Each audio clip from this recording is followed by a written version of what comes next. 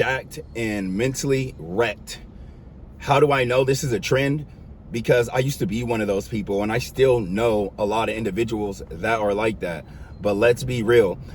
You didn't want the six-pack at first. This was never about no six-pack in the beginning. Maybe now, but it was never about no six-pack. It was about proof. Proof that she made the wrong decision. Proof that when she saw you and you came out looking crazy jacked, in shape, that something would break in her chest and that she would crumble on the inside and go into her shell and start bawling like, dang, I made the wrong decision.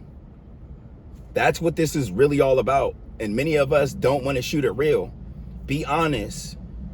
And it's okay, because spite is a hell of an engine to get you up at 5 a.m. for 6 to 12 months. But let me tell you from experience, it is not good fuel for 6 years down the road. It'll get you to the gym at 5 a.m. for the first 6 to 12 months, but eventually it runs dry.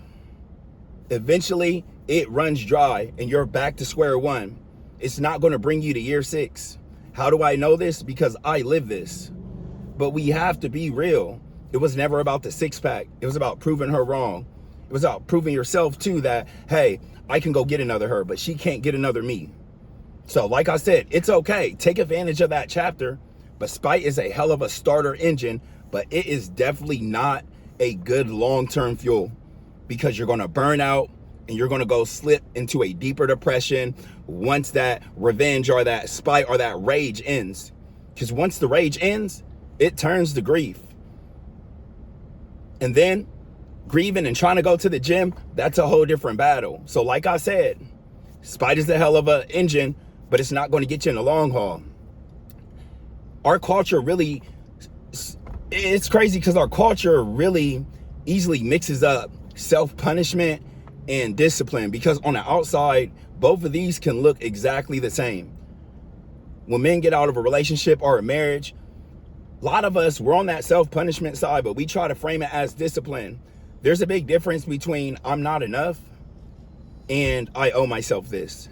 And as men, we go to the gym and we punish our bodies over and over and over and over. And then we get these crazy physiques just to realize when we get there, like, we're still mentally wrecked.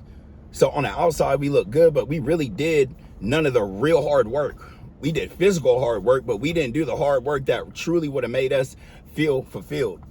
Truly, that would have allowed us to move on to the next chapter in our life and stop carrying that weight. So let's be real. Self-punishment and discipline can look like the same thing on the outside, but a lot of us are going to the gym and beating our bodies just so we're so tired that we are so worn out from the gym that there's no way that we could be sitting here stressed out and depressed, because we're so worn, we're so sore. Every time we move, oh. And it's because we are running from what our mind is really having to embrace and actually face.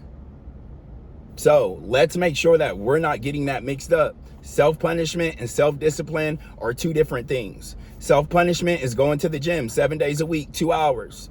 Nobody's asking, are you okay? That's not okay.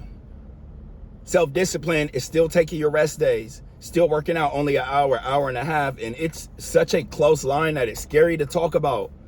Remember, I went almost into a coma having rhabdo. So I know I've rode that line of self-hate and self-punishment to self-discipline. So like, let's just be real on that. Like, I'm not enough and I owe myself this are way two different things.